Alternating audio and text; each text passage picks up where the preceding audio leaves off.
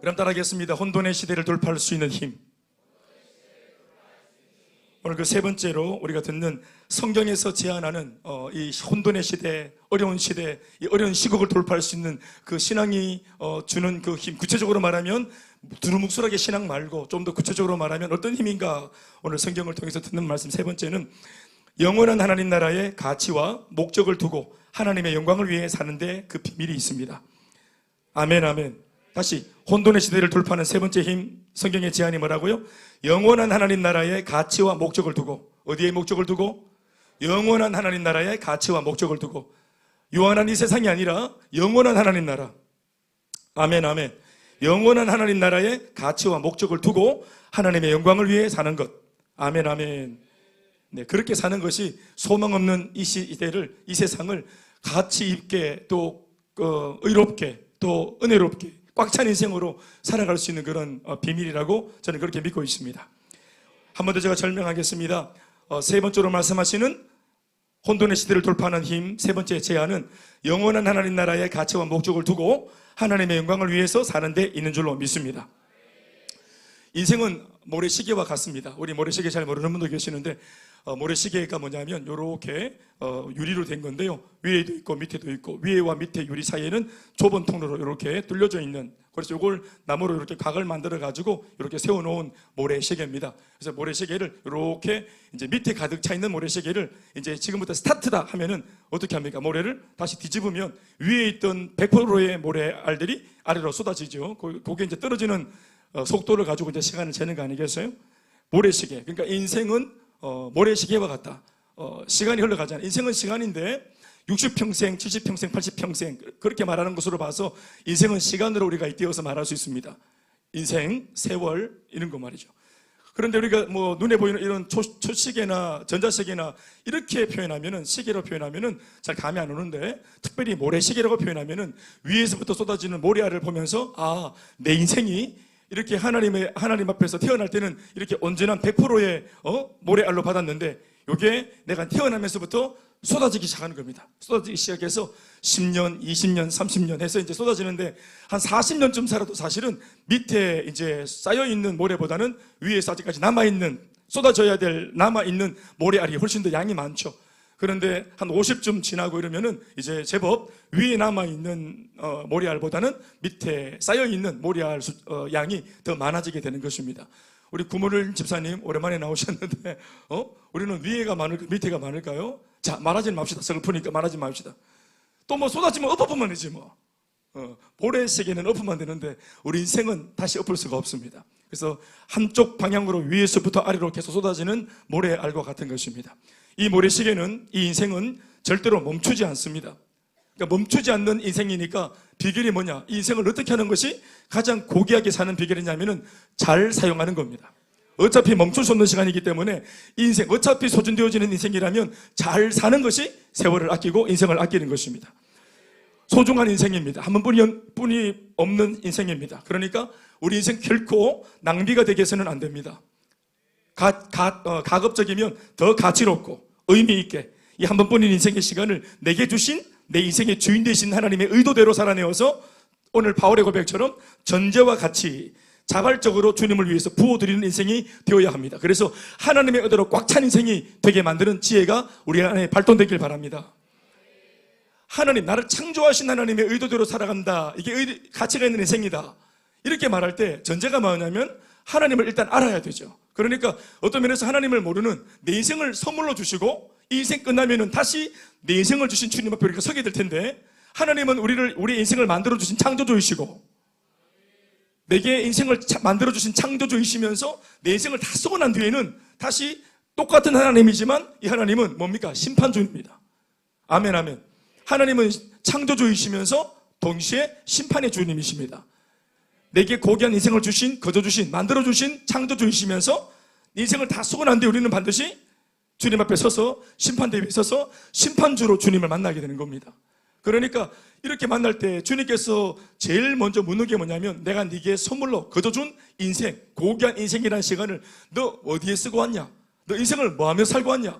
이렇게 말할 때 일단 가치가 뭐냐면은 하나님을 영광을 위해서 사는 것이 정답인데, 그러려면은 일단 인생을, 불신자들도 인생을 선물로 다 받았기 때문에 인생을 고귀하게 살려고 그러면 전제가 뭐예요? 일단 하나님을 믿고 하나님을 알아야 되죠. 얼마나 주님을 위해 살았냐 말았냐는 다음의 문제고, 일단 하나님을 알고 예수를 믿고 하나님을 알아야 하나님을 위해서 인생을 살 수 있는 기회가 주어지죠. 그러니까 이곳에 있는 여러분들은 일단 우리는 첫 번째 단계는 통과한 겁니다. 아멘, 아멘. 예. 하나님을, 예수를 믿고 하나님을 알게 되었고, 내 인생을 빚어주신 하나님이 누구신지 창조주를 알게 되었으니까, 그리고 인생을 값어치게 사는 비결을 오늘 말씀을 통해 듣고 있으니까, 살고 말고는 다음의 문제입니다, 여러분. 내가 얼마나 잘 살 수 있냐는 다음의 문제입니다. 내가 이 가르침과 지친 대로 얼마나 잘 살 수 있느냐는 다음의 문제고, 중요한 것은 어떤 방향으로 사는 게 옳은 것인지를 아는 게 중요합니다. 삶은 첫 번째로 알면서 오는 겁니다. 알면 그리스도의 말씀이고, 하나님의 말씀을 들어 알 때 알미 삶이 되어야 되는데, 알미 삶이 되기 위해서 암과 삶 사이에 성령이 역사하셔야 됩니다. 그래서 일단 알고, 말씀 들어 알고, 알게 된 말씀을 장작으로 쌓고, 이 장작 위에 삶이 되도록 만들어주시는 것은 하나님의 성령의 불이 붙어야 되기 때문에, 아멘, 아멘. 이 장작에 불이 떨어져야 되겠죠. 우리는 이 말씀을, 장작을 쌓은 이후에 그래서 불이 떨어지도록, 정확하게 불이 떨어지도록 전심을 다해서 기도해야 됩니다. 주여 불을 주시옵소서. 그래서 내 소욕은 사라지고 성령에 붙들려 하나님 말씀대로 살아가는 사람이 될 수 있도록 도와주십시오. 아멘, 아멘. 그러면 제단 위에 있는 우리는 뭘까요? 기도하는 우리는 뭘까요? 우리는 번제물입니다. 아멘, 아멘. 우리가 바로 번제물입니다. 번제물. 구약의 의미로는 번제물. 로마서 12장에 있는 말씀으로 바꾸면 산제물. 아멘, 아멘. 원래 구약에서의 이 제물은 죽여서 드리기 때문에 산제물이라는 거래요. 살아있는 것도 죽여서 드립니다.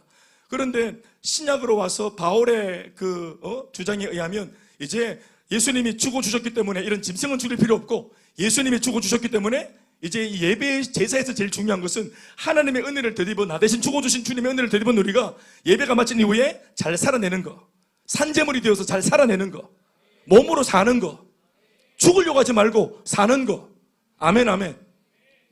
그 삶이 중요해진 겁니다. 믿습니까? 혼돈의 시대를 돌파하는 힘, 이렇게 해서 주님을 위해 사는데, 이왕이면 이런 큰 은혜를 입은 우리가 이제는 나를 위해 살지 말고, 고린도후서 5장 15절 말씀처럼 이제는 나를 구원하신, 나에게 새로운 은혜를 베풀어 주신 하나님의 영광을 위해서 살고 그 은혜에 미쳐서 사는 사람이 되어야 될 줄 믿습니다. 오늘 바울이 제가 하는 말을 멋있게 표현했습니다. 이렇게 표현했습니다. 디모데후서 4장 6절에서 8절까지 말씀으로 굉장히 멋있게 표현했죠. 어떤 면에서 이 고백은 바울의 유언과 같은 그런 말씀입니다. 디모데 전서후서가 바울이 마지막 적은 말씀입니다. 옥중서신 중에 학자들의 어떤 연구에 의하면은 이 본문 디모데 전서후서, 그러니까 후서가 마지막이지, 디모데 후서 말씀을 적고 한 2주 뒤에 바울이 순교를 당합니다. 그러니까 죽기 바로 얼마 직전에 마지막 힘을 다 모아서, 액기스를 담아서 써놓은 말씀이 바로 이 말씀입니다.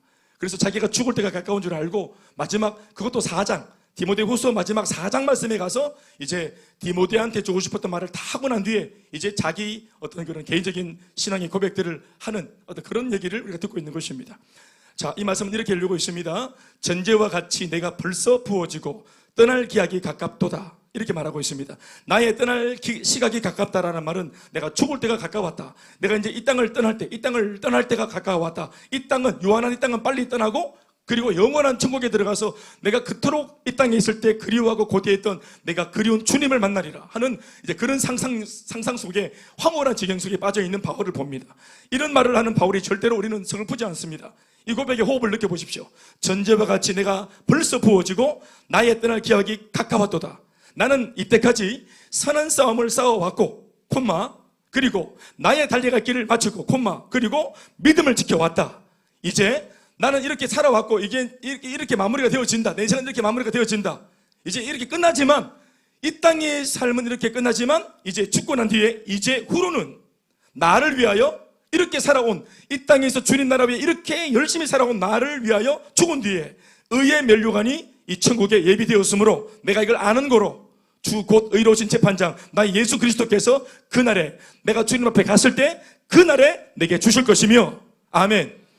내게만 아니라 내가 장담하노니 내가 살았던 이 행보를 똑같이 살려고 몸부림치는 내 모든 내 후배들, 내 신앙의 행보 이후에 나를 닮고자 따라오는 내가 세운 모든 제자들, 이후에 믿음의 후배들, 그것들이 누굴지라도 나와 같은 삶을 살고자 몸부림친다면 그들에게도 같은 은혜가 있을 것이다.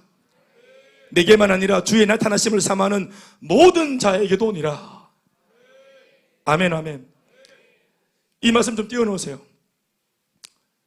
6절 말씀을 띄워보시겠습니까? 이 말씀 읽어보죠. 전제와 같이 시작. 전제와 같이 내가 벌써 부어지고 나의 떠날 시각이 가까웠도다 했죠. 그렇죠. 떠날 시각이 가까웠다. 이 말을 좀 상상해봐요. 떠날 시각이 가까웠다.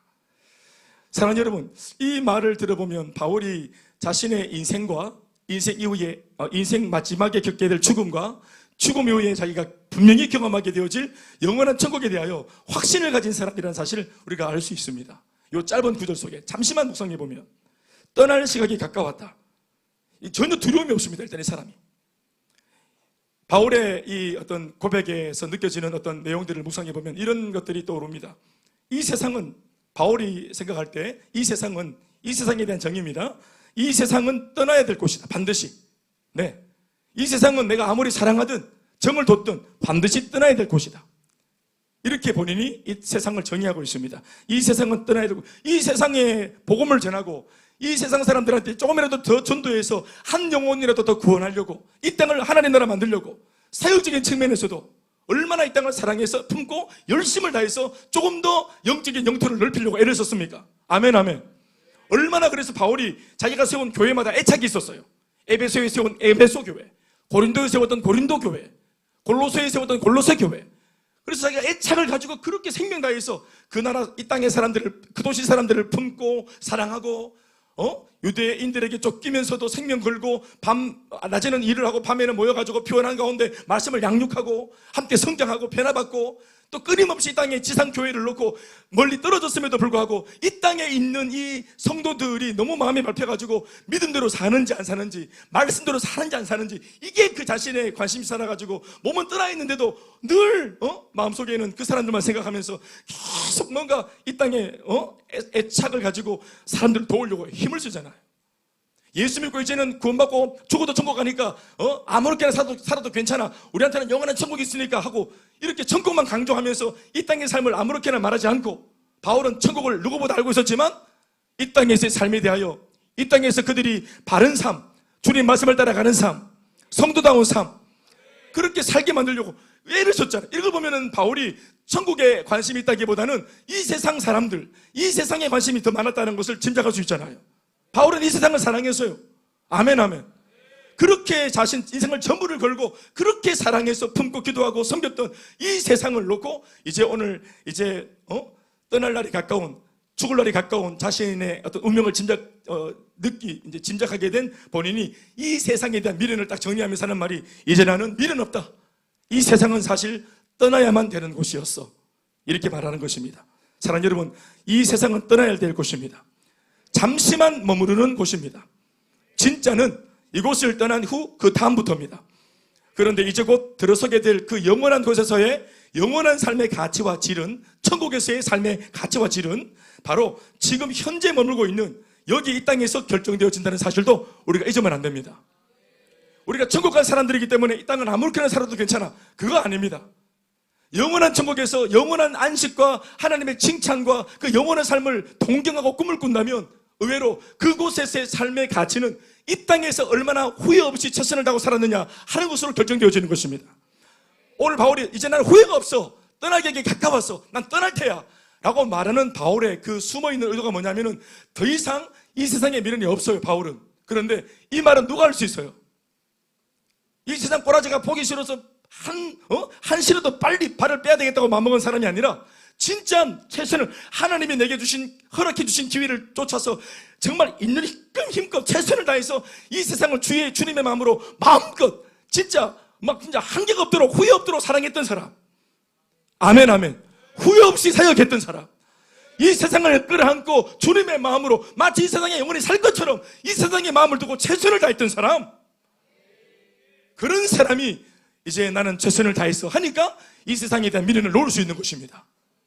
이런 사람만이 영원한 천국을 진짜로 사모할 수 있고, 숨이 목까지 차오르는 이런 고달프고 어떤 면에서는 힘겨운 삶을 살았던, 이 땅에서는 쉼이 없는 이런 삶을 살았던 사람이 영원한 천국에서 주님 주시는 안식에 진짜 마음을 둘 수가 있는 것입니다. 이 세상에서 오늘 최선을 다해 후회가 없도록 하나님 앞에서 열심히 살아야 합니다. 아멘, 아멘.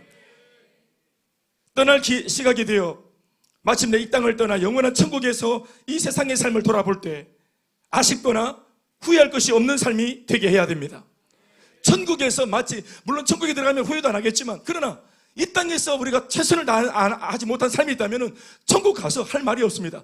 이 땅에서 간증을 만들고 이 땅에서 만든 간증거리로, 그 이야기거리로 천국에서 영원토록 이야기거리를 삼는 거예요. 할 말이 있는 겁니다. 주님 앞에 이야기거리가 있는 것이에요. 아멘이십니까? 군대는 1년 6개월 한번 갔다 오는 거지만, 중훈아, 군대 갔다 온 얘기 있잖아. 니는 이제 얼마 안 됐지? 우리 나이가 되도록 얘기한다. 우리 군대 얘기 지금도 한다. 지금도 방위는 말 못한다. 방위 무시하는 거 아닙니다. 또 방위 계실라? 1년 6개월 그거 딱 갔다 와가지고 한번 고생하는 거. 준서야, 대학 입시 그거 한번 하는 거다. 1년 2년 한번 하는 거다. 그거 한번 하고 평생 내가 고등학교 고3 때 또 내가 재수했던 시절 이 얘기하는 거다 이거. 근데 그런 얘기 할 때마다 내가 자랑스럽지 못하고 떳떳하지 못하고 부끄러우면은 평생 그 얘기가 나올 때마다 갑자기 배가 아프거나 화장실 가야 된다. 얘기에 끼어들지 못하는 기라. 그 감정 속에서 나도 좀 했지 말을 못하는 기라. 이해되시면 아멘 하십시오. 그러니까 이 땅에서 최선을 다한 사람이 영원한 천국도 빛나게 사는 것입니다. 아까도 말했지만 떠날 시각이 되어서 마침내 이 땅을 떠나 영원한 천국에 입성하게 될 때, 그래서 그 천국에서 이 땅의 삶을 돌아볼 때 후회할 것이 없는, 할 말이 있는, 주님께 영광 돌릴 내용들이 있는 그런 삶은 정작 여기에서 결정지어야 하는 것입니다. 저는 청년 시절 어느 신앙 서적에서 읽었던 경건한 신앙의 선배가 고백한 한 대목을 기억하고 있는데요. 그 내용은 이랬습니다. 공장에서 종일 최선으로 일하던 직공이 퇴근 시간 퇴근 종이 울리자 자신을 기다리고 있던 가족들이 있는 곳을 향해 손에 쥐고 있던 모든 공구를 내려놓고 단숨에 달려나가듯이 나는 나를 부르시는 주님 앞으로 그렇게 곧장 달려가리라. 아멘, 아멘. 이 직장에서 열심히 최선을 다한 겁니다. 집에 가야 되니까 대충 한 게 아니라 최선을 다했는데 손에 익은 공구를 들고 열심히 이 공장의 직공이 열심히 일을 했는데 퇴근하고 집에 가도 된다는 이런 퇴근 종이 딱 올릴 때 손에 들고 있던 모든 공구들을 그대로 다 손에 던져놓고 그리고 손살같이 내 가족 기다리는 가족들이 있는 곳으로 나는 뛰어가리라. 그렇게 가듯이 나는 이 땅에 열심히 살지만 어느 날 어느 때인지 모르겠지만 어느 경점에 주님 나를 부르실 때 내 이름 석자 부르실 때 대연하 하면 이 모든 거 다 내려놓고 공장 직공이 자기를 맞이하는 가족들이 있는 곳으로 뛰어가듯이 나는 그렇게 주님 앞으로 미련 없이 달려가리라. 아멘, 아멘. 이런 사람 보세요. 이 땅을 뭔가 의미를 안 두고 나그네처럼 대충 살고 영원한 천국만 바라보는, 이게 신앙인 것처럼 보이는 것처럼 보이지만 이 사람의 말을 가만히 묵상해 보면 그거 아니에요. 영원한 천국은 보장되어 있는 곳이고 반드시 한번 가야 되는 곳인데 이 땅에서의 삶도 한번 주어지는 겁니다. 그러니까 이 땅에서의 삶이 나그네잖아요. 어차피. 아멘, 아멘. 본향은 따로 있잖아. 그러니까 이런 겁니다. 나그네의 삶이고 거기가 진짜니까, 진짜는 천국이니까 이 땅은 가짜고 소풍 온 곳이고 뭐 잠시 온 곳이니까 대충 살자는 의미를 두면 안 돼요. 반대로 한 번 왔다가 잠시 있다가 하는 곳이기 때문에, 소풍 온 곳이기 때문에, 나그네이기 때문에 어차피 잃을 게 없어요. 아멘. 그래서 나그네 인생, 이 땅은 나그네 삶이기 때문에 그래서 열정과 최선을 다할 수 있는 것입니다. 안 그렇습니까? 제가 혜민 집사랑 이번 주 대화하면서 그런 말을 했어요. 직원들이 잘 바뀐다고. 그렇죠? 직원들이 자주 바뀐다. 그럼 내가 생각을 했어요. 직원들이 자주 바뀌니까 열받는다가 아니라 직원들이 자주 바뀌니까 내가 못할 게 뭐가 있노? 기독교 정신으로 사업을 꾸려보고 아침마다 그 직장 직원을 데리고 저는 아무 생각 없이 왔지만 예배 드리고 큐티하고 같이 기도해주고 이렇게 내가 안 되는 것들을 이렇게 오는 사람들한테 해보는 거지. 사랑을 해보는 거지. 섬겨보는 거지. 아멘, 아멘. 그게 자기한테 훈련이 되잖아요.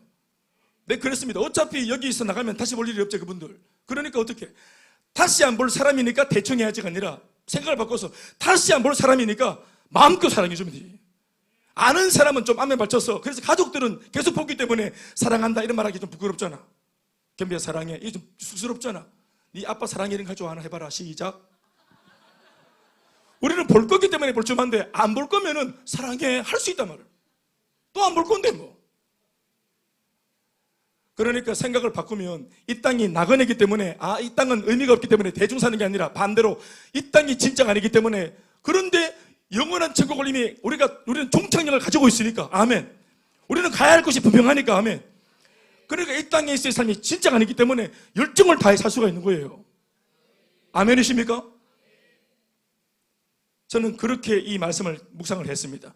오래전 읽은 책이었습니다. 이 한 대목이 기억납니다.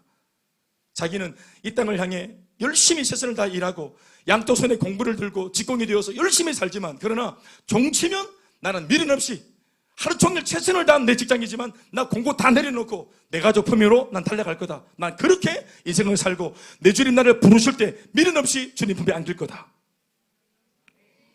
인생의 지혜가 무엇인가 하면 이처럼 자신이 떠날 시각이 임박하기 전에 벌써 부어진 삶이 되게 하는 것입니다. 아멘, 아멘. 그런 후에 후회 없이 떠나가는 것이죠. 이 말씀을 주목하십시오.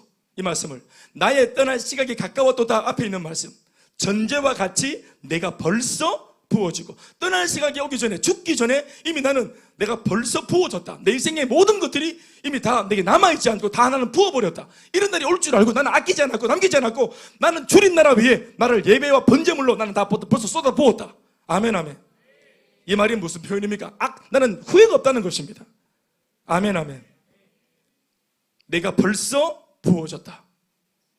하나님께서 이 세상 사는 동안 자신에게 주신 모든 것을 조금도 남겨두지 아니하고 벌써 부어지게 했다고 하는 이 대목을 주목하십시오. 벌써 부어지게, 아멘, 아멘. 다시 말해 다 썼다는 겁니다. 죽기 전에 다 쓰고 가야 되죠. 하나님 내게 주신 것, 이 땅에서 쓰라고 주신 것들, 아멘, 아멘. 무엇을 위했습니까? 뒤에 오는 말씀 7절입니다. 나는 선한 싸움을 싸우고, 세 가지. 첫 번째, 이 땅에서 예수 믿으니까 이 땅은 예수 믿는 구도가 안 돼 있어요. 혼란하고 어지럽고 예수를 믿고 믿음 지키려면 빡세요. 그러니까 싸움이 일어나죠. 내가 하나님의 말씀대로 살려고 하니까. 이전에 사울로 살 때는 싸움이 없었어요. 지가 오히려 싸움을 거는 사람이었어요.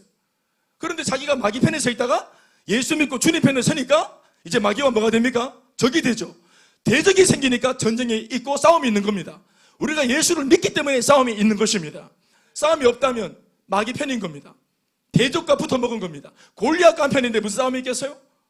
애굽에서 안 떠났는데, 애굽에서 홍해바다를 안 떠나고 계속 족으로 남아있는데, 종이 되어 있는데 무슨 싸움이 있겠습니까? 그러니까 애굽 병사들이 말을 몰고 죽이러 안 오잖아요. 그런데 우리가 예배를 선언하고 애굽에서 떠나고 출애굽해서 하나님이 원하시는 곳으로 움직이니까 뒤에서 애굽 병사들이 말을 몰고 쫓아오잖아요. 그러나 그 쫓아오는 게 두렵다고, 시련이 두렵다고 믿음 포기되겠습니까? 신앙 포기되겠습니까? 마귀에게 붙어야 되겠습니까? 아니죠. 아니면 아멘 하십시오. 그러니까 원수 마귀로부터 벗어났고 주 예수의 편이 되었으므로 싸움의 구도가 만들어진 것은 참 잘한 것입니다. 그런데 웬걸요, 우리 예수님은 대장 예수가 되셔서 싸움에 능하신 주님이시고 이미 이 전쟁을 끝을 내셨습니다. 원수 마귀와의 전쟁을 십자가 위에서 끝을 내셨어요. 아멘, 아멘. 그래서 우리도 주님 따라, 비록 이 세상은 예수 믿는 구도로 안 돼 있기 때문에 예수를 믿은 채로 학교 생활하고 예수를 믿는 채로 사업을 하고 예수를 믿는 채로 부모 노릇을 하려고 그럴 때 막 예수는 내가 믿고 은혜는 네가 받지. 막 오늘 하고 싶은 말도 있고 막 한번 지어보고 싶은데 우리가 은혜를 베풀죠, 부모들이. 그때 우리가 하는 말이 뭡니까? 예수는 내가 믿고 은혜는 네가 받는다, 이런 말 하는 겁니다. 그러니까 선한 싸움이 일어나죠. 선한 싸움. 근데 웃기는 것은 이 싸움이 선한 싸움이고 좋은 싸움입니다. 하나님이 원하시고 기뻐하시는 싸움입니다. 이 싸움을 멈추는 게 타협이고 야합입니다. 사랑하는 여러분, 이 선한 싸움, 착한 싸움, 주님이 기뻐하시는 좋은 싸움 싸워야 하는 것입니다. 이 싸움이 싫어 신문지 덮어놓고 우리가 위장되고 조작된 평화를 우리가 주장한다면 잘못된 것입니다. 한 번쯤은 치러야 될 싸움은 싸워야 하는 것입니다. 믿음으로. 아멘, 아멘. 그래서 떠날 시각이 가까웠는데 이걸 미리 알고 이 땅을 떠나기 전에 사도 바울은 하나님이 자기한테 주신 모든 좋은 믿음들, 또 좋은 것들, 자기가 하나님으로부터 받은 것들을 최선을 다해서 그걸 남기지 않고 선한 싸움을 싸우기 위해 자기가 이미 이때까지 받았던 좋은 것들, 지혜, 명철, 에너지, 또 열정, 또 오래 참는 거, 끈기, 이런 것들을 선한 싸움을 싸우기 위해, 마귀와 싸우기 위해서, 지지 않기 위해서 이걸 전제와 같이 쏟아 부은 겁니다. 남김이 없이. 아멘, 아멘. 힘을 남기지 않았어요. 마귀와 싸우는데 쏟아 부었습니다. 자기를 지키는 것에. 아멘. 내 새 가족들을 지키기 위해서, 내 교회를 지키기 위해서, 믿음과 사명을 지키기 위해서, 믿음의 양심을 지키기 위해서 야합하지 않으려고 싸우는 겁니다. 싸우는 거. 남기지 않고. 아멘이십니까? 또 두 번째로 뭐를 위해 싸웠습니까? 그가 자신이 달려갈 길. 예수를 믿은 순간부터 하나님께서 여기 결승점에서 너 예수 믿은 채로 여기까지 오더라. 김 목사야, 너 여기까지 달려와야 돼. 내가 네한테 마련해 놓은 분량의 길이야. 너 여기까지는 달려야 돼. 너 여기까지는 달려야 돼. 손에 비전의 바통을 들고 김 목사, 네가 몇 번째 주자가 되어서 뛰어야 돼. 뛰고 네가 뛰고 난 이만큼 확보한 하나님 나라 영토를 확보하고 난 뒤 그 다음 이제 사명은 다음 주자한테 맡기더라도 바통을 네게 주어진 이 다른 박질, 이 경주를 네가 맞춰야 돼. 앞선 믿음의 부모들이 달려줘야 될 경주의 분량이 있습니다. 아멘이십니까? 내가 올라서야 될 산에 산 정상을 향해서 꼭대기까지 못 가더라도 내가 내 인생을 다 걸고 다 쏟아 부으면서 어느 정도 올라가 줘야 될 나에게 주어진 길이 있는 것입니다. 앞선 세대가 그 길을 걸어줘야 다음 세대가 더 수월한 자리에서 바통을 받고 더 좋은 조건에서 주님 나라 위에 올라갈 수 있는 것입니다. 돌아보니까 저희 교회 개척하고 16년 동안 교회를 우리가 같이 목회해 왔고, 같이 몸담아 왔고, 기도해 왔고, 또 헌신해 왔고, 물질을 드렸고, 몸을 드렸고, 열정을 드렸습니다. 교회에. 아멘, 아멘. 또 선교해 봤습니다. 아멘, 아멘. 어려운 중에도 우리가 선교를 놓치지 않았습니다. 이렇게 했더니 세상에 우리 앞선 세대 생각해 보니까 저랑 같이 이제 한 10년 달렸던 분들 이렇게 계시는데, 또 그 이후의 분도 계시겠지만 초창기부터 달렸던 분들 보십시오. 우리는 선교 갔다 왔습니다. 유승엽 집사님, 우리 1년 선교 갔다 왔어요. 우리 고작해야 진짜 찜만 나는, 간체만 하는 요 아울렛에 갔다 와. 깨작깨작. 우리 어때? 10년 된 김지수 리더님, 우리 1년 단기 선교 갔다 왔어요? 오늘 간증을 막 하는 이 채은이의 이 간증, 이거 우리 간증입니까? 우리는 못 갔잖아요. 경아리도 갔다 왔어요? 우리 못 갔잖아요. 또 누가 어디 있노? 누가 있노? 선배 가서 리더 갔다 왔어요? 우리는 못 갔다 왔죠. 우리는 못 갔다 왔어요. 근데 우리는 생각파적에 이것더라 기도하면서 이렇게 지켜왔다, 이 마음을. 그런데 이걸 지켜와서 딱 이렇게 길을 맞다가 놓고 선배들이 가야 될 길들을 달렸더니 이 바통을 받은 다음 아이들이 날아다니잖아요. 우리 다음 세대들이 자녀들이 막 성교 바통 들고 막 날아다니잖아요. 그들이 막 누리잖아요. 형정 집사님 딸이 막 누리죠.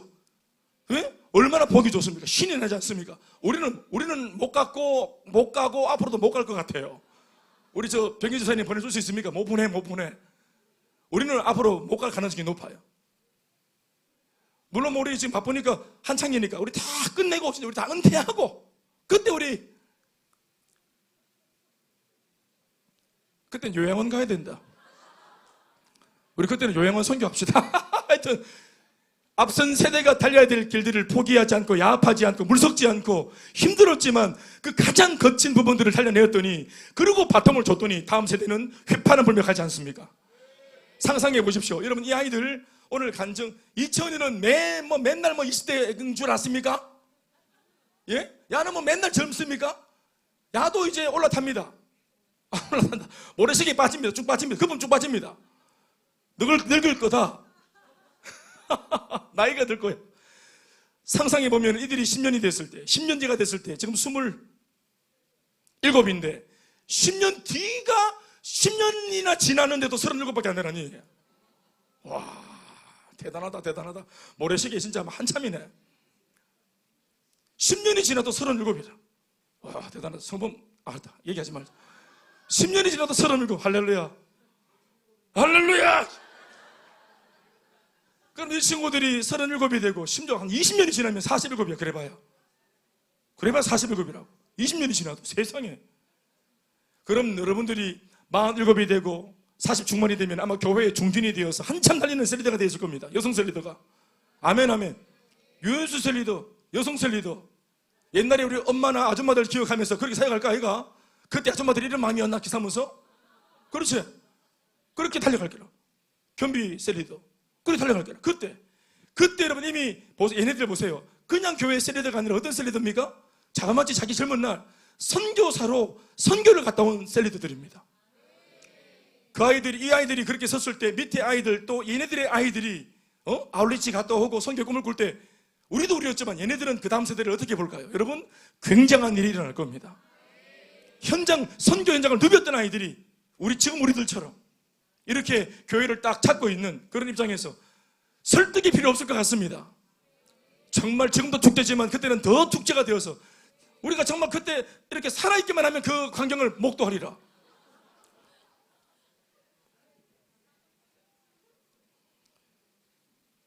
이렇게 자기가 달려갈 길을 달려가기 위해서 힘을 다했죠. 아멘이십니까? 달려가려면 힘을 소진하는 겁니다. 남겨두지 않는 겁니다. 아멘이시죠? 1번 주자 물론 열심히 뛰죠. 스타트니까. 2번 주자 바통 받고 열심히 뛰죠. 3번 주자 열심히 뛰죠. 안 뛰는 수자가 있겠어요? 그러나 힘을 다하고 최선을 다하고 다 그렇게 뛰더라도 진짜 최선을 다해야 될 선수는 몇 번째 선수입니까? 마지막 주자입니다. 마지막 주자는 메달 색깔을 결정짓는 주자입니다. 맞죠? 1번, 2번, 3번이 아무리 1등으로 뛰어와도 마지막 주자가 엎어지면 절단 나는 겁니다. 맞습니까? 1번 주자 1등으로 뛰어서 금메달 거의 확정입니다. 2번 주자 그대로 받아가지고 또 1등으로 뛰어서 금메달 확정, 더 가까워졌어요. 3번 주자 1등으로 뛰어서 금메달 가까워졌어요. 근데 4번 주자가 거기서 뛰다가 우리 왜 그런 거 있잖아요. 막 바통 제일 안타까운 게 바통 이래 사타가면 늘 잡으는 거 있어요. 그러면 보는 관우들 저자가 탄식이를 하면서. 그래서 마지막 주자는 따라합시다. 숨 쉬는 것 아니다. 마지막 주자는 뛸 때 숨 쉬는 거 아닙니다. 메달 색깔 결정 지어놓고 숨 쉬도 늦지 않아요. 그만큼 있는 힘, 자기 가진 거, 심지어는 자기도 자기지만 앞서서 몰아준, 몰빵해준, 힘을 다해서 나한테 실어준 이 앞선 믿음의 선배들의 헌신을 생각해서라도 이 메달 색깔을 결정을 지어야 되겠죠. 그러니까 자신이 달려갈 길을 달렸다고 할 때 사도 바울은 예수님을 떠올렸을 것 같습니다. 1번 주자. 아멘 아멘. 그 예수가 어떠한 희생을 치르고 신이신 분이 이 땅에 인간의 몸으로 오셔서 어떤 고통을 겪으시면서 자기에게 정말 천방부당한 상상도 못할 이 복음의 바통을 주셔서 원래는 하나님을 욕보이는 자, 예수를 핍박하는 자를 뒤집어가지고 예수를 전할 수 있는 영의 눈을 뜰 수 있도록 기회를 주셨다는 것이 얼마나 감사하겠습니까? 한 번쯤은 반드시 사람이 죽는 것은 정해진 것이요 이후에는 심판이 있다 했는데 반드시 한 번은 죽어서 천국에 주님 앞에 설 때 심판 주님 앞에서 큰 징계를 받을 뻔했던 자기 인생을 주님께서 이 땅 살아생전 뒤집어가지고 주님을 위해 사는 인생으로 바꿔주셨다는 은혜가 얼마나 큽니까? 완전 역전대가 아니겠어요. 그러니 바울이야말로 후반전 가까스로 주님께 부름받아서 일꾼 되었기 때문에 남은 거 남길 필요가 없는 사람이에요. 바울은 남길 게 없는 사람이다. 이때까지 허랑방탕 주님 모르고 지 맘대로 자기 위해 썼던 인생이 얼마나 많았노. 후회가 됐을 것 같아요. 그래서 예수 믿는 이후로는 두 번 다시 나를 위해 살지 않겠다. 아멘 아멘. 뒤늦게 예수 믿은 것도 억울하고 앞서서 내가 인생을 낭비한 거 탕진한 거 물론 몰라서 그렇게 탕진했지만 부끄럽고 그러나 뒤늦게라도 알았으니 두 번 다시 탕진하지 않겠다. 두 번 다시 의 길로 가지 않겠다 해서 남은 진액을 다 끌어모아서 주님 나라 위에 다 쏟아붓고 내 갈 길, 내게 주어진 분량, 이 마지막 주사로서의 분량을 끝까지 감당해서 메달 색깔 딱 정해놓고 그렇게 지금 마무리하는 바울의 고백을 들으셨습니다. 달려갈 길을 달려가도록 이거 위해서 벌써 자기가 남김없이 다 부었다는 것입니다. 아멘입니까? 또 마지막은 뭡니까? 믿음을 지키기 위해서 자기가 가지고 주님으로 받았던 좋은 것들을 다 쏟아 부으면서 그렇게 후회 없이 인생을 살았다 합니다. 믿음을 지키기 위해서. 아멘 아멘.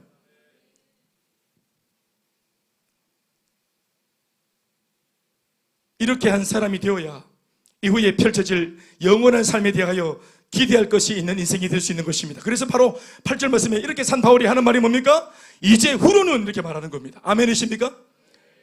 자기가 이렇게 최선을 다해 주님께서 주신 것들을 어디에 써야 될지도 알았어요. 물질도, 청춘도, 열정도, 몸도. 이거 다 여러분 죽을 때 가져가지 못합니다. 다 썩어질 것들입니다. 그러니까 가지고 있을 때 내가 내 자발적으로 내 자유로, 아까도 말했지만 선한 싸움을 위해, 달려갈 길을 위해, 믿음을 지키기 위해, 이러한 선한 목적을 위해 이걸 쓰기로 마음먹었던 바울처럼 이렇게 온전히 다 써서 부었다. 난 남은 게 없어. 이렇게 되고 보니 이 사람 마음속에는 뭐예요? 후회가 없죠. 그러니까 죽음 이후에 영원한 천국을 기꺼이 바라보면서 하는 말이, 이제 후로는 이런 나를 위하여 반드시 의의 면류관이 예비되어 있다고 나는 믿는다. 바울은 이후의 삶을 기대하게 하는 메시지를 통해 결국 우리들로 하여금 이 세상에서의 삶의 태도와 자세를 어떻게 해야 되는지를 도전하고 있는 것입니다. 아멘, 아멘. 천국을 강조하고 있는 게 아니라 이 말씀은 이 땅에서 한시적인 이 땅의 삶을 허투루 살지 말라는데 방점이 있는 것입니다. 천국은 반드시 예비되어 있으니까, 이 후로는 하고, 이제 후로는 하고, 누구든지 나처럼 고백할 수 있으니까, 아멘, 아멘.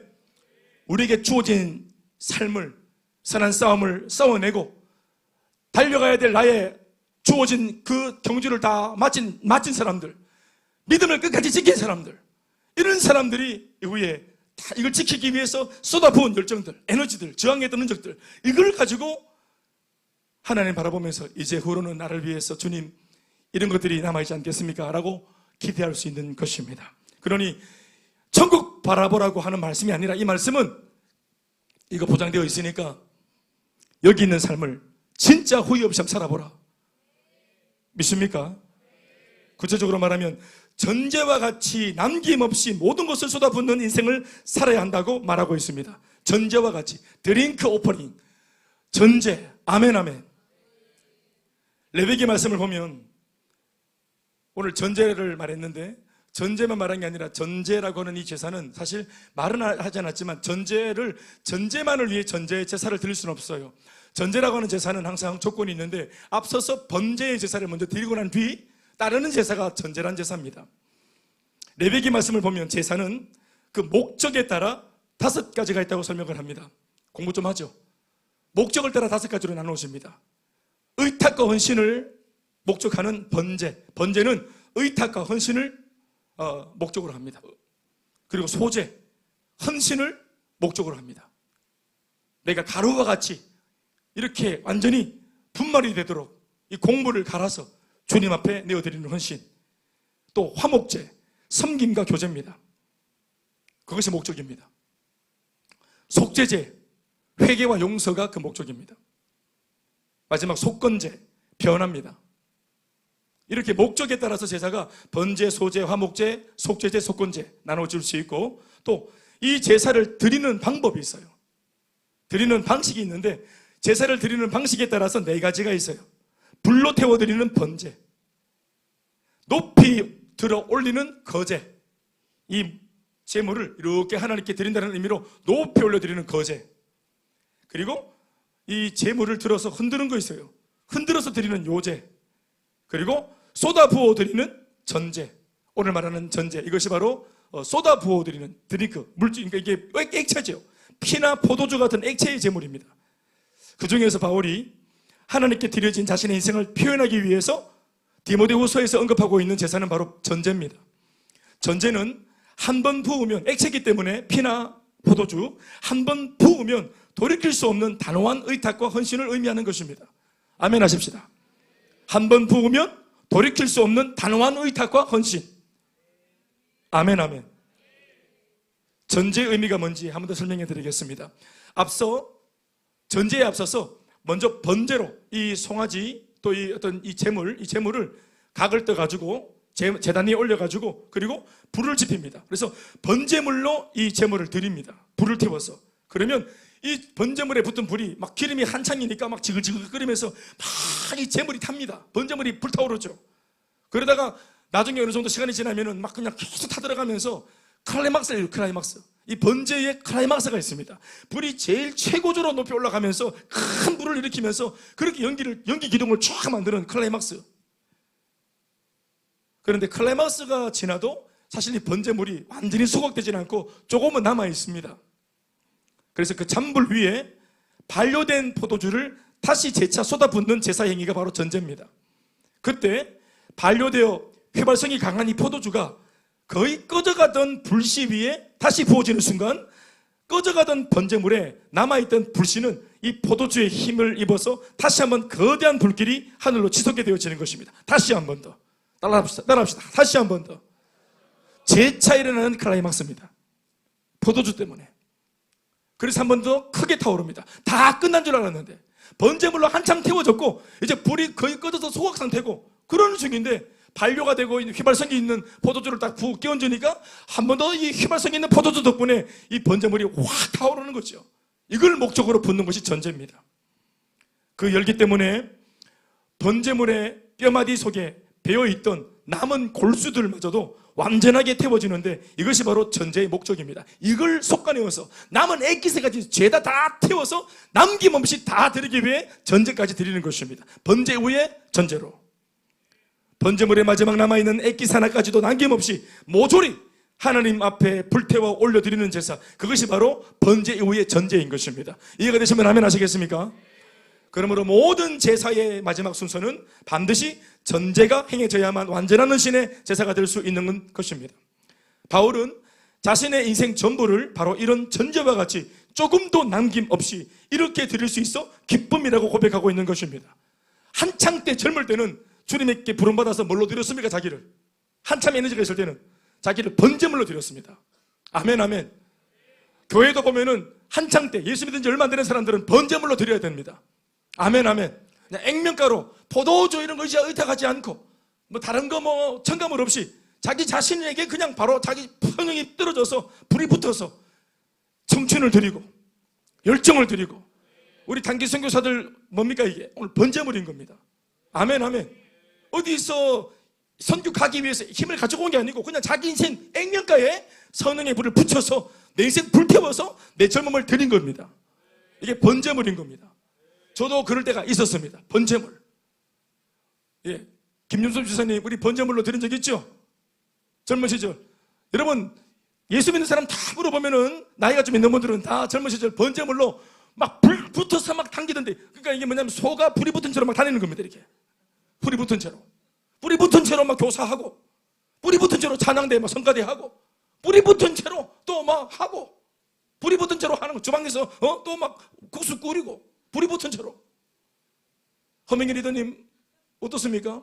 번제로 불이 붙으니까 이게 막 그냥 막 어떻게 되는지도 몰라, 힘든지도 몰라. 불이 붙었기 때문에 잤는지 안 잤는지, 내가 밥을 먹었는지, 지금 새벽인지 밤인지 불이 붙어서 그러니까 계속 막 심지어 제가 불이 붙어놓으니까 낭창아 있는 사람하고 만나서 대화하면 불이 튕기진다. 튕기진다는 말 아십니까? 튕기진다.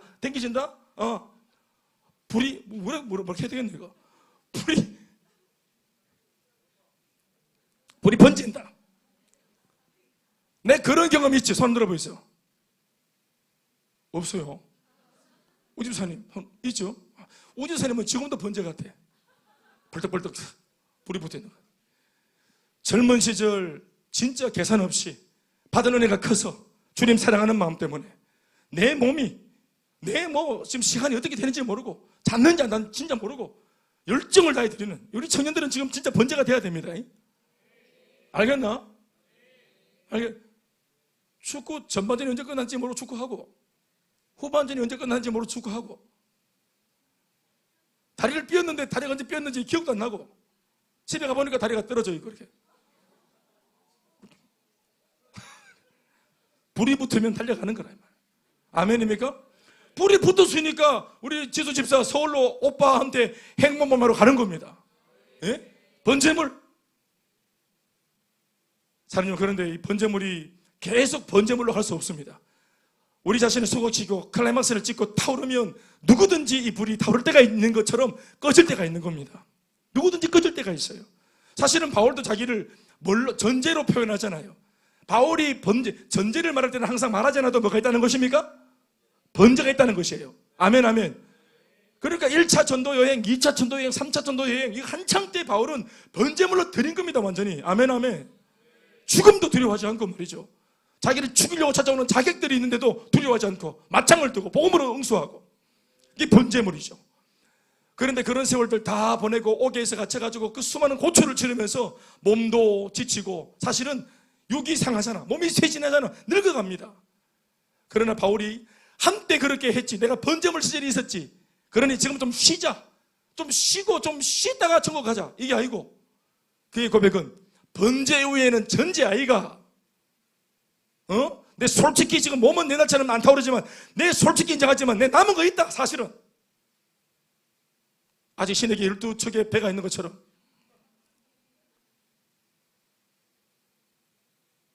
뭐 노역장까지는 아니지만 번제의 시절이 있고 한 개인도 전제의 시절이 있어야 합니다.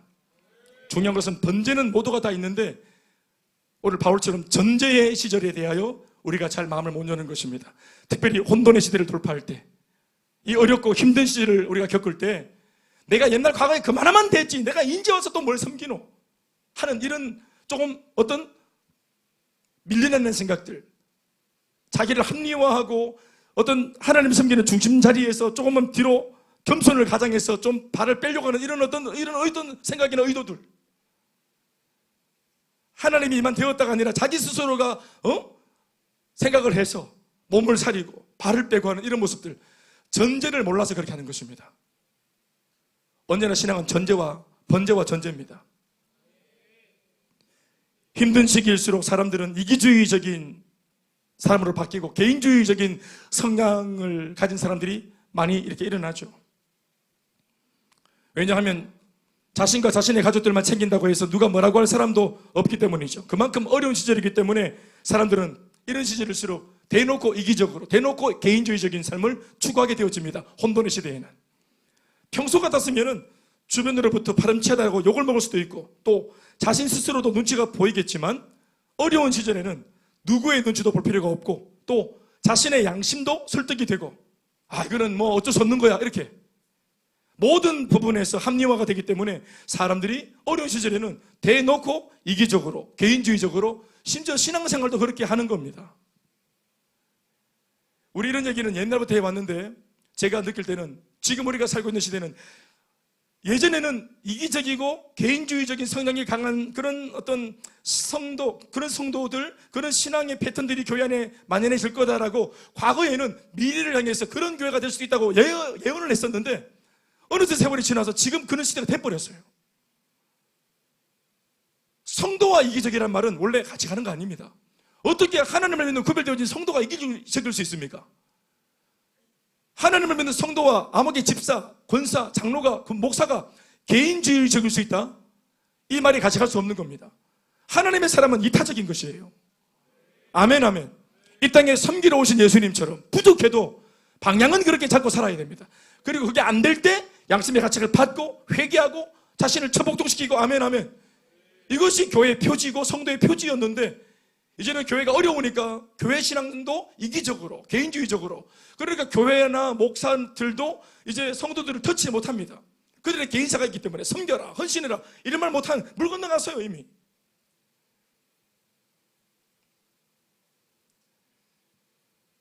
틀림없이 이런 삶으로 인생을 살거나 신앙생활을 하면은 굉장히 이전과 비교해서 삶의 기준, 신앙의 기준이 어떤 믿음의 생활에, 교회 생활에 이 어떤 질적인 기준이 굉장히 낮아진 채로 사는 거, 이거 안 좋은 겁니다. 굉장히 기대치가 낮아지고 신앙생활의 가치와 질적인 것들이 떨어지고 굉장히 수준이 낮은 거예요. 이거 이기적인 신앙, 개인주의적인 신앙, 내밖에 모르는 거, 헌신할 줄 모르는 거, 이런 거 굉장히 신앙은 신앙이지만 질이 낮은 신앙인데도 이게 통용되어집니다. 다시 말하지만 혼돈의 시기고 어려운 시절이라는 이유 때문에 이것을 합리화해서 이런 질이 낮은 삶이 수수방관 묵인되어지는 그런 분위기가 만연해지는 것입니다. 심지어 이런 이상현상은 어려운 시절이기 때문만 아니라 반대로 어떤 면에서는 열심히 살아온 화려한 과거가 있는 사람들한테도 일어날 수 있는 그런 함정입니다. 아까도 말했지만 과거 한때 번제로 너무 열정적으로 섬겼다. 그러니까 이제 그런 세월들이 탁 있었다고 추억만 하고 바울처럼 전제의 삶, 한창 시절을 다 보내고 나서 지금 이제 50, 60, 70이 되어졌지만 오늘 바울의 말에 근거하면 우리 전제로 드릴 수 있습니다. 드릴 수 있는 전제물 가능성이 있어요. 아멘, 아멘. 그렇게 하는 것이 고귀한 인생입니다.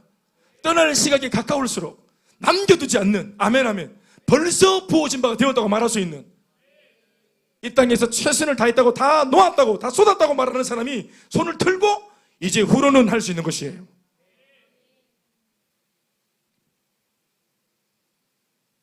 그런데 우리는 나이를 먹어도 미안한 말이지만 세상에 애착이 너무 많고 아직까지도 뭔가 이루지 못한 야망이 있는 듯, 그런 면에서 이 세상을 아직까지 우리가 기대하고 좀 속된 말로 기웃거리는 그런 사람이죠.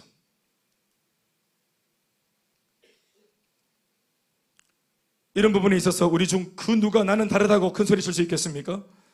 평소와는 달리 누구든지 어려운 시절이 오고 이전과 다른 난감한 환경에 처하게 되면 거의 대부분의 사람들, 성도들은 예의도 없어지고 에티켓도 없어지고 질서도 도덕성도 그리고 신앙의 기준도 자신도 모르는 사이 이전과는 달라질 수밖에 없는 것이 우리의 모습이고 우리의 실정입니다. 복음서를 보면 예수님을 중심으로, 센터에 계신 주님을 중심으로 예수님이 말씀을 막 전하실 때 사실은 애초에 불특정 다수들한테 말씀을 전합니다. 관계없어요. 그냥 예수님이 일방적으로 사랑해서 그들을 바라보고 안타까워서 불특정 다수, 성경은 그들을 놓고 군중, 무리, 회중이라 말합니다. 이름이 없어요. 어떤 면에서 예수님의 관심사, 이 테두리, 이 사이클 안에 있지 못한 사람들, 밖에 있는 사람들이에요. 그런데 예수님은 그들 모두에게도 말씀을 전하고 복음을 전하셨습니다. 애초에. 아멘, 아멘. 차별하지 않으셨습니다. 예수를 믿고자 관심이 없는 사람인 줄 알면서도 힘을 다해서 복음을 전했고 그들 앞에 기적을 행해 보였고 믿을 수 있는 거리, 믿을 거리들을 제공하셨습니다. 믿고 말고는 그들이 선택하는 거지만 믿을 수 있도록 그들에게도 혜택을 줬어요.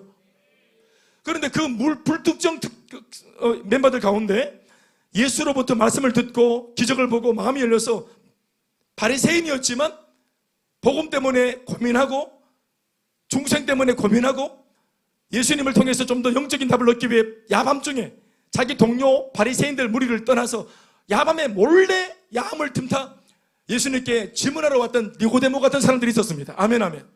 말씀으로 반응하는 사람들. 그래서 성경을 읽어보면은 성경에 기록되어진 대로 표현하면은 무리, 군중, 회중 중에서 말씀을 듣고 반응해서 예수님의 관심사에 제일 먼저 바깥 라인에 들어온 사람들을 놓고 500여 형제라 말합니다. 예수님이 부활하신 뒤에 부활을 보인 500여 형제. 이 사람들은 이름은 없지만 분명히 불특정 다수 가운데 예수로부터 말씀을 듣고 반응한 사람들입니다. 무색무취의 군중에서 복음을 듣고 색깔을 가지고 뭔가를 결정하고 니고데모처럼 인생의 방향을 정한 사람들입니다. 그래서 소리 소문 없이 예수님의 죽으시기까지 예수의 곁을 계속 따라다니면서 말씀을 사모하고 신앙을 사모했던 사람들입니다. 아멘, 아멘. 500여 형제. 그래서 예수님이 부활하자마자 그들에게 당신의 부활의 몸을 보이셨던 것입니다. 아멘. 그리고 사도행전 1장에 성령 받기 위해서 마가다라 방에서 기도했던 120명의 제자들, 120문도. 아멘. 500여 형제, 120문도, 그리고 70인 전도대, 그리고 12제자, 그리고 12제자 가운데서도 예수님이 주목하시면서 겟세마네 기도까지 올려주셨던 베드로, 요한, 야고보, 바로 리더십 3인방. 그리고 요한복음 21장 마지막 장에 개인적으로 만남을 가져 개인의 신앙의 회복을 위해서 그렇게 주목했던 바로 단 한 사람, 탑리더 베드로 한 사람. 아멘, 아멘. 이게 경쟁이나 차별은 아니지만 그 중심에 계신 예수님이 모두에게 똑같이 말씀을 전하면서 끊임없이 주님 계신 센터로, 중심으로 그들을 부르고 계십니다. 예수 중심으로. 아멘, 아멘. 저 멀리 있는 모든 사람들한테 똑같이 말씀을 전해서 믿음을 보이는 사람들이 계속해서 원 안으로 들어오는 겁니다. 신앙은 멀리 있던 우리가, 전에는 멀리 있던 우리가 하나님의 말씀으로 은혜를 받고 양육으로 성장을 해서 성도를 넘어 제자가 되어지고 성장과 변화를 일으키고 수혜자에서 뭔가 귀하는 사람들이 되어지고 변화되어져서 나도 이제 나만 위해 사는 것이 아니라 주님 위해 살겠다고 마음먹는 사람들이 서클 안으로 들어오는 거예요. 아멘입니까? 그러나 이 세대는 끊임없이 혼돈의 시대, 먹고 살기 어려운 시대, 야박하고 이기적이고 혼돈의 시대에는 반대로 예수를 믿어도 주님 곁에 가는 거, 주님 정말 사랑하고 나 신앙 관심 많지만 부담된다는 겁니다. 주님 중심 부담됩니다. 그래서 이전에는 번제처럼 쓰임받았지만 은밀하게 야합해서 한 사이클 뒤로, 한 사이클 뒤로 끊임없이 센터에 계신 주님으로부터 멀어지려고 하는 비주류를 더 선호하고, 어떤 면에서는 심지어 익명성을 보장하는 예배자로 둔갑하고 다시 무리로, 회중으로 가려는 사람들, 많은 무리, 큰 메가철지에 그냥 예배 군중이 되어져서 교회가 나를 몰라줬으면 좋겠고, 신방 안 왔으면 좋겠고, 등록카드 쓰라고 말 안 하면 좋겠고, 내 그냥 할 도리하고 헌금 내고 복 받고 적당히 이렇게 살다가 교회 섬기고 헌신하고 필요 없고, 나 그냥 교회 안에 있는 무리, 교회 안에 있는 회중, 예배 회중, 예배 군중, 이런 것들을 선호하는 사람이 있는 거예요. 여러분, 사실 바울이 이런 것들을 직접 경험했습니다. 본인이 이게 속상하다고. 혼돈의 시대, 어려운 시절, 바울이 막 옥에 갇히고 한창 나갈 때는, 잘 나갈 때는 바울 옆에 막 일꾼들이 붙었어요. 같이 축자했어요. 생명 다 한다 했어요. 바울이 양육에서 일꾼을 세웠어요. 그룹을 지었어요. 그래서 바울이 깃발 흔들고 같이 그룹을 지어서 제자들이 함께 달렸어요. 그런데 바울이, 큰 소리 치던 바울이 뭔가 하자가 있는 것 마냥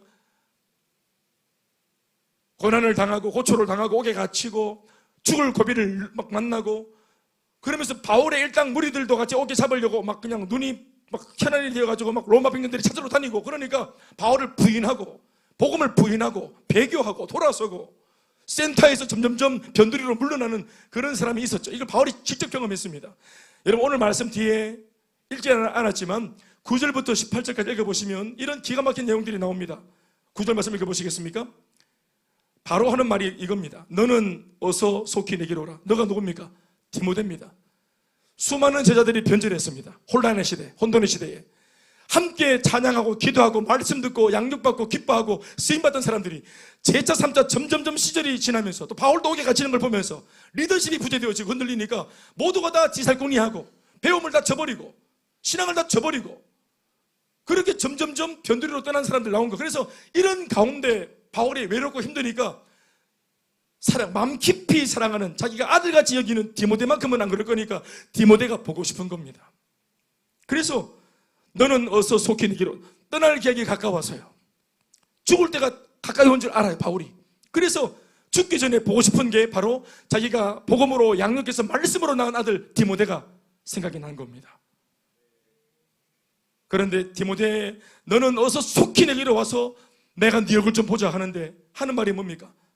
사실 이런 말은 바울이 안 했으면 좋겠다 싶기도 한데 이런 말을 적어 놓았어요. 어떤 면에서 이 말은 바울의 넋두리입니다. 이런 말을 왜 썼을까 싶을 정도로, 또 게다가 좀 좋지 못한 이야기 속에 이 사람들 이름을 실명을 적어놨어요. 실명을. 우리가 그래서 이 사람들, 꼬로마 사람들 우리도 아는 거예요. 뭐라 합니까? 90절 말씀 읽어보세요. 시작. 대만은 이 세상을 사랑하여 나를 버리고 데살로니가로 갔고, 자세히 적어놨죠. 대만은 갔어. 이 세상을 사랑해서 나를 버리고 데살로니가 어디로 갔는지도 적어놨어요. 잡아오라고. 데살로니가로 갔어. 대마. 그레스게는 갈라디아로 돕겠어. 디도는 달마디아로 돕겠어. 지금 다 가고 의사 누가만 나와 함께 있느니라. 링거 맞고 있는 겁니다. 지금 네가 올 때 마가를 꼭 데려와라. 그가 내한테 참 유익했고 함께 지난날 이야기를 좀 나누고 싶구나. 그 두기고는 내가 에베소로 보냈어. 사역하라고. 14절 말씀. 그런데 이런 것도 있어요. 또 얘기하죠. 구리 세공업자 알렉산더가 내게 해를 많이 입혔음에 주께서 그 행한 대로 그에게 갚으시리니 너도 그를 주의해라. 그가 우리 말을 심히 대적하였느라. 밖에 나가서 막 딴소리하고 거짓말하고 해가지고 우리 사람을 굉장히 괴롭히는, 해를 많이 끼친, 내 정말 너무너무 힘들었던 사람 알렉산더. 턱 밑에서 그렇게 생명 바치겠다고 말하더만은 알렉산더 사업가입니다. 사업가, 비즈니스맨, 구리 세공업자.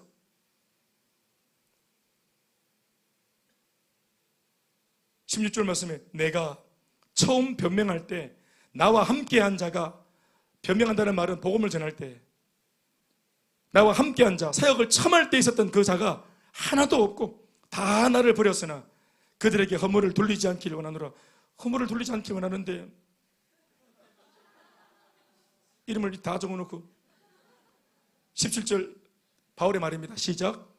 주께서 내 곁에 서서 나에게 힘을 주심은 사람들은 실망을 줬지만 돌아보니 결국은 디모데야, 내가 마지막까지 기쁘고 마지막까지 행복한 것은 그래도 돌아보니까 물론 너 같은 일꾼들도 도움이 되지만 힘이 되지만 결국은 이건 것 같아. 이건 것 같아. 읽어보죠. 주께서 내 곁에 서서 나에게 힘을 주심은 나로 말미암아 선포된 말씀이 온전히 전파되어 모든 이방인이 듣게 하려 하심이. 아멘 아멘. 내가 전한 복음 때문에 이방인들이 복음 듣고 살아난 그 이야기, 내가 전도한 것을 통해서 살아난 사람들의 변화된 이야기, 내가 전한 복음을 듣고 변화되고 행복한 삶을 사는 그들의 이야기, 복음 전하는 것 외에는 소망이 없어. 이것만이 영원하고 이것만이 나한테 남아있는 진정한 기쁨이야. 그러나 여러분, 우리가 인정할 것은 뭡니까? 바울 옆에 혼돈의 시대, 어려운 시절, 바울은 선한 싸움을 싸우기까지 힘을 소진하고 달려갈 길을 다 가려고 중간에 멈추지 않으려고 가진 것들을 다 쏟아붓고 믿음을 지키려고 다 쏟아붓고 남은 게 없을 정도로, 또 실제로 남은 게 없을 정도로 쏟아부으니까 이길 수 있었어. 아멘 아멘. 그런데 스승이 그렇게 앞서서 본을 보이나 따랐던 제자들 같은 사람들은 배교하고 달아나고 선한 싸움 싸우지 않았어. 좋지 못한 싸움을 싸웠지. 같은 팀끼리 싸웠지. 스승과 싸웠지. 좋지 못한 싸움, 선하지 않으면 싸움이에요. 달려가야 될 길이 주어졌는데도 안 달려가 버렸어요. 멈춰버렸어요. 아니 심지어 퇴보해버렸어요. 믿음 못 지켰어요. 심지어 자신의 행보로 믿음 가진 동료들도 흔들어 제꼈어요. 네 보니까 안 믿고 싶다고 말할 정도로 그런 이상한 삶으로 사람들에게 부정적인 영향을 줬어요. 사랑하는 여러분, 혼돈의 시대는 말입니다, 이게 이상한 것이 아니라 이렇게 이상하게 예수 믿는 사람들이 나오는 거, 출몰하는 게 그렇게 당연하게 되는 거예요. 목사님, 누가 헌신합니까? 누가 옛날처럼 헌신하고 물질로, 시간으로 교회를 몇 번 불러내는 겁니까? 나와주는 것만 해도 감사해야지 숙제를 냅니까 교회가? 죄송합니다. 여러분 하고 싶은 말들을 내가 했나? 아니지? 우리 교회는 그런 사람이 없는 것 같아요. 여러분, 그런데 이것은 본능입니다. 가만두면 자연인으로서 우리가 성령의 불이 붙어있을 때, 번제처럼 붙어있을 때, 불이 붙어있을 때, 전제를 의지해서, 포도주를 의지해서라도 한 번 더 불태워지고 불이 붙으면 이런 말 안 하죠. 아멘 아멘. 우리가 그래서 불이 계속 붙어있어야 되는 거예요. 그런데 불이 꺼지면 금방 치고 나오는 게 이게 본전 생각입니다. 그러니 자연스럽게 흘러가는 대로 내 마음, 내 의지, 내 생각, 내 본능을 가만히 흘러가는 대로 두면 의식의 흐름이라는 것은 우리를 이런 식으로 이기적이고 개인주의적이고 건조한 사람으로 둔갑시켜버리고 마는 것입니다. 그러니 우리는 이런 본능을 대적하고 이런 본능을 저항하고 이런 본능을 기도해서 거슬러야 하는 것입니다. 그러나 그렇게 할 수 있는 힘과 근거가 우리 속에는 없어요. 잘 없습니다. 기도할 힘이 없습니다. 6시간 기도한다는 참 감사한 거예요. 4시간, 6시간 기도한다는 건 감사한 겁니다. 할 수 있지? 해보니까. 현수 할 수 있지? 해보니까. 이전에는 목사님께 말만 들었지? 4시간, 6시간 기도했다는 그랬구나 했는데 그건 지나간 옛날 얘기인 줄 알았는데 오늘날 너희들도 20대 초반 너희들도 하니까 되지?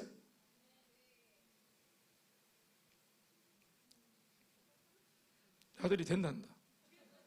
민트가 된단다. 그게 요한아 된단다. 알통을 전제와 같이 다 불푸은 바 되고 남김없이 근육 알통을 다 쏟아붓고 남김없이 다 쓰고 힘 다 쓰고 알통 다 쓰고 그리고 뼈다귀로 가야 돼.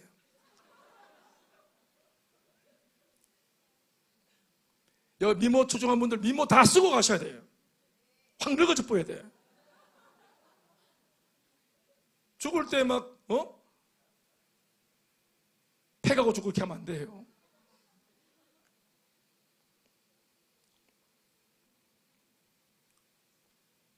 우리는 그래서 밖으로부터 들려주시는 이 하나님의 의롭고 힘주시는 이런 힘을 갖게 만들어주시는 저항력을 주시는 올곧은 생명의 말씀을 붙들고서라도 우리는 우리 자신의 본능과 이기심을 대적해서 싸워야만 하죠.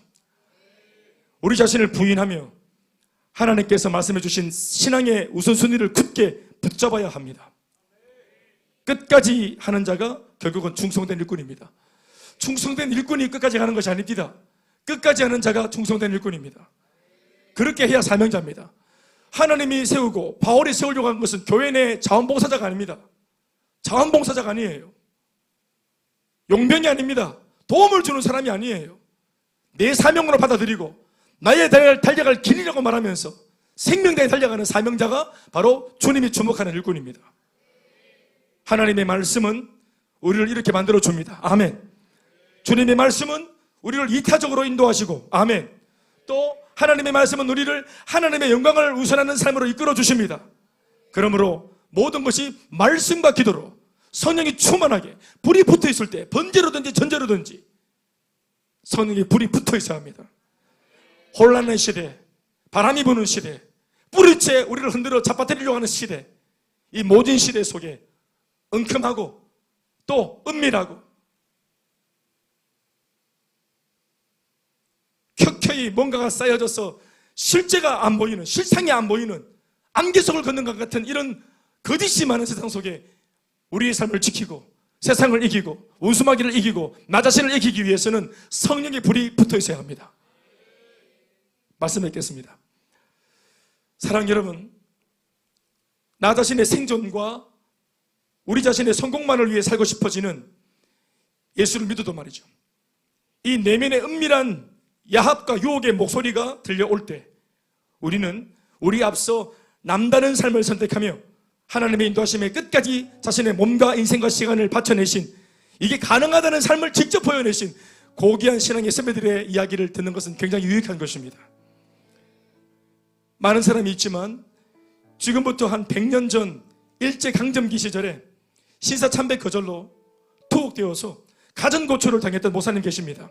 어느 날 함께 교회에서 사역을 했던 장로님이 이렇게 고집 부리는 목사님이 안타까워서 이렇게 죽으면 안 되니까 목사님 살아남아야 큰일 하시죠. 형장의 실로 이슬처럼 사라지지 마시고, 목사님 제가 볼 때 굉장히 뛰어난 목사님이시니까 어떻게 하든지 생존하셔서 후대에 뭔가 길을 열어주는, 업적을 남기는 그런 일을 해야 된다고. 잠시 시사참배, 이거 국민의 의례라 생각하고 그냥 의식으로 누가 편하듯이 고기를 안 숙여도 되니까 기가 올라가거나 소리가 날 때 까딱만 하면 된다. 내가 다 얘기해놨다. 순서들하고 입 맞춰놨다. 그러니 목사님 제발 이렇게 고집 부리지 말라고. 이걸 장로가 회유합니다. 이게 기록이 돼 있어요. 장로가 회유합니다. 살리려고. 그렇게 회유하는, 안타까워 회유하는 장로님한테 옥중에 있는 이 주기철 목사님이 썼던 시가 일사각오라는 시입니다. 유명한 시입니다. 일사각오라는 시 굉장히 긴 시인데 그 중에 한 대목이 이렇습니다. 소나무는 죽기 전에 찍혀야 푸르르고 백합도 시들기 전에 떨어져야 향기롭습니다. 세례요한은 33살에, 스테판도 청장년에 뜨거운 피를 뿌렸습니다. 이 몸도 시들기 전에 주님 앞 제단의 제물이 되겠습니다. 나에게는 오로지 일사각오가 있을 뿐입니다. 장로님, 저는 그 제안을 받아들일 수 없습니다. 이제껏 내 평생 나를 지켜준 주님의 은혜로 살아왔고, 내가 목사가 되어 주님의 녹을 먹고 이제까지 생존해왔고 여기까지 왔는데 이제 와서 내 생명 지키자고 내가 이때까지 평생 나를 지켜준 주님을 외면할 수 없습니다 라고 한 것이 이 주목사님의 고백이었습니다.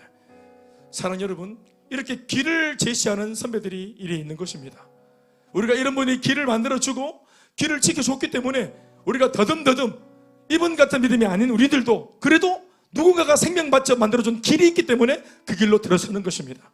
앞선 세대가 선한 싸움을 싸워줬기 때문에, 자신이 감당해야 될 그 달려갈 길을 경주해 줬고 완주해 줬기 때문에, 믿음의 선한 싸움을 싸워줬기 때문에 우리에게는 그분들만큼 처절한 싸움은 없는 겁니다. 앞선 세대가 싸워줬기 때문이죠.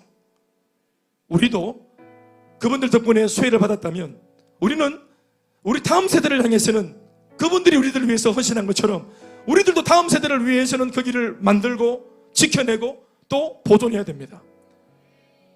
그거 위해서 우리가 달려갈 길을 달리고 믿음의 선한 싸움을 싸우고, 그래서 믿음을 지켜내줘야 아까도 말했지만 우리 다음 세대가 휘파람을 불면서 선교를 하고 전도하고 이 마지막 시대 정말 보기 드문 교회 속에 이들이 명맥을 유지해 나갈 것입니다. 사랑하는 여러분, 많은 교회가 어렵습니다. 진짜로 여러분 생각보다 훨씬 어렵습니다. 훨씬 어렵습니다. 그러니 여러분, 우리가 이렇게 몸부림을 쳐야 될 이유가 거기 있습니다. 이 밤도 주신 말씀 붙들고 우리가 그렇게 일사각오로 주님 앞에 우리가 부족해도 각오를 하고 결단을 하고 우리 믿음을 지켜나가는, 그래서 혼돈의 시대를 돌파하는 힘만 아니라 길이 되어져서 길을 여는 우리가 될 수 있기를 주의 이름으로 축원합니다. 축원합니다.